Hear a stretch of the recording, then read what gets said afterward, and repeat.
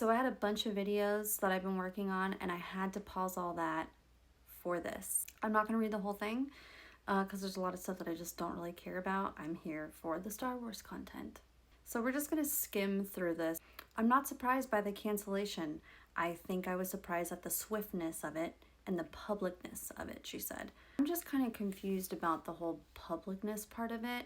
You were surprised about the publicness of it, possibly the biggest IP on the planet, and you were surprised, but okay, got it, sure. Content that is being put out by the streamers or the studios is being snatched up by these other creators. And some commentary, synopsis, live videos, all of the ways that these creators are making money through viewer-based ad revenues and their Patreons, and there's a lot of money to be made, she said. And by the way, have at it, get your coin 100%. Well, I'm glad that she said get your coin 100% because she got her coin from the Acolyte. So, you know, and here's the thing though, is most content creators like myself are doing it for pure passion. I would say majority of content creators are not making money except for, you know, the people who are lucky enough or have worked very, very hard, you know, in order to make some bucks at some point. My whole point is we can't all do things for free, right? Headland thinks we could be moving toward a world where the content being made about Star Wars will be more culturally impactful than actual Star Wars. Well, unfortunately, I think that is true. No stories that are being told through Star Wars are impactful, I would say, kind of at all. I would, Andor had a little bit of that, but other than that, I think it's been pretty vanilla. As a queer woman, and my other hires are women, it just means that that's my community. I am queer, so I just see the world through my specific lens, and that means just doing things different. And I get that. You kind of only know what you live to a degree, but when you're creating something for the vast majority, I'm queer, so therefore I can't make anything different. So if that's what she's trying to say, I just don't think that that's a good way of looking at it. If you're a good storyteller, you should be able to tell a story regardless. Really, the whole thing with the Acolyte was always a major risk. It was a new part of the timeline. It was all new characters. It was part of lore where you couldn't use a stormtrooper. You didn't have the reference of politics and war that Tony Gilroy has brilliantly exploited in such a genius way in Andor.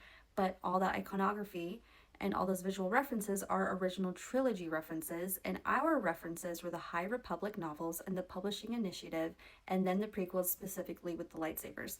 If I was given either or, specifically just something to do without Jedi versus Jedi, I would think that Jedi would probably be the easier one. For High Republic novels, well, there's a lot.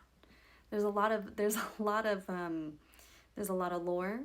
There's a lot of stories that you could pull from, which she did. She pulled Darth Plagueis from one of them. She didn't do a good job of it, but she did. So maybe I am reading this wrong, but I'm reading this almost as it's kind of an excuse like, oh, well, you know, he had all these references and all I had was this.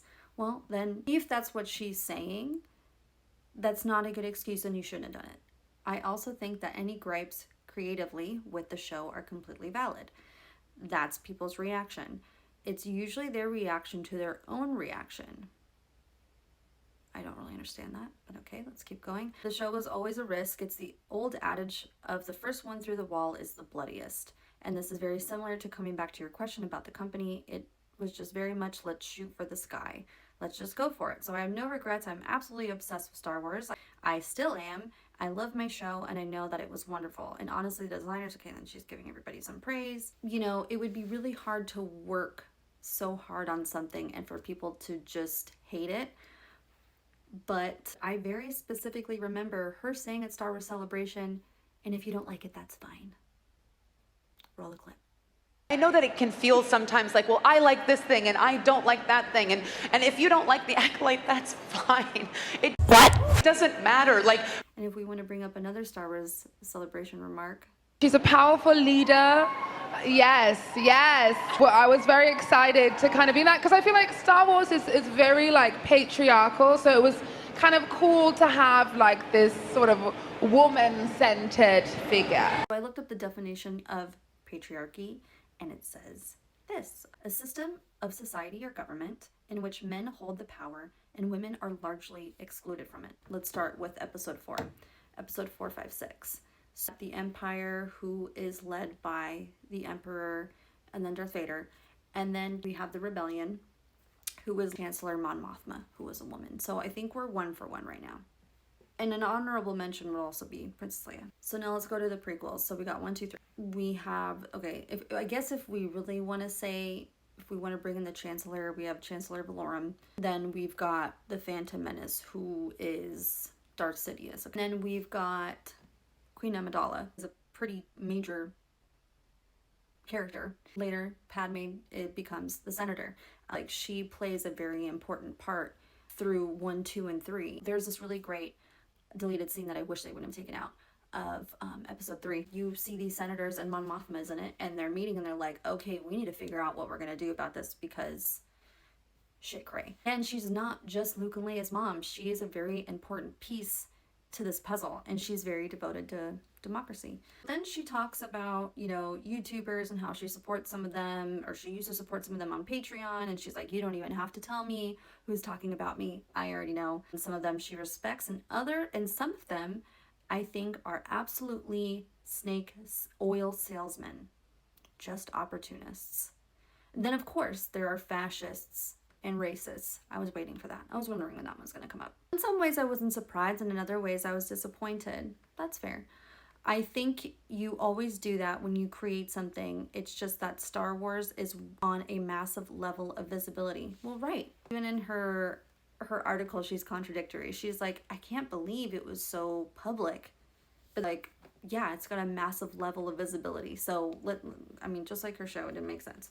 I believe we are headed into that space. Those IPs will continue to make money. I don't know about that. But I don't know how much they will affect the next generation as much as the content that is being created around those events, IP films and television shows. Here's what I think the problem was. She knew the story that she wanted to tell, but it is not a Star Wars story. And it not being a Star Wars story, she had to make it work within that universe, and I don't think it was ever going to work. Newer writers, directors, creators are having a real big problem with is telling their own original story. So they have all these thoughts and ideas, and then they're trying to mash them in a story that has already been told, a story that already has a solid infrastructure, that has boundaries and lore and a world. You know, they want to put their signature and their stamp on something, and some of the time it's just not going to work. It has nothing to do with what your lead looks like. It has nothing to do with how many women are in it. What it has to do with is that the story didn't make sense, it was contradictory, and it didn't work in the world of Star Wars. Again, we're bringing in characters that weren't even supposed to be alive yet. I didn't have a problem with the thread. I actually kind of liked that idea of there being a whole other group of people that looked at the Force very differently. It's that mimics the world that we live in, this patriarchy business. You can't have 5 Princess Leias. If you have 5 Princess Leias, she is no longer important or special. You don't need more women characters to make women important or special. You just need a special, important woman character. So the easiest one to talk about is Princess Leia, but I think that people forget just how important she was. Princess Leia is not a side character. She is a founding leader of the Rebel Alliance. She's not written as a damsel in distress. Even in A New Hope, she's giving orders. George Lucas has always said that she was the brains of the bunch, that she was the smartest out of Luke and Han Solo. She's not just special because she's Padme and Anakin's daughter. She is important because she represents compassion, leadership, bravery, strength, and hope. So these are just some of the points that I wanted to make. I have a lot more to say, but let me know what you think in the comments, and I'll see you next time.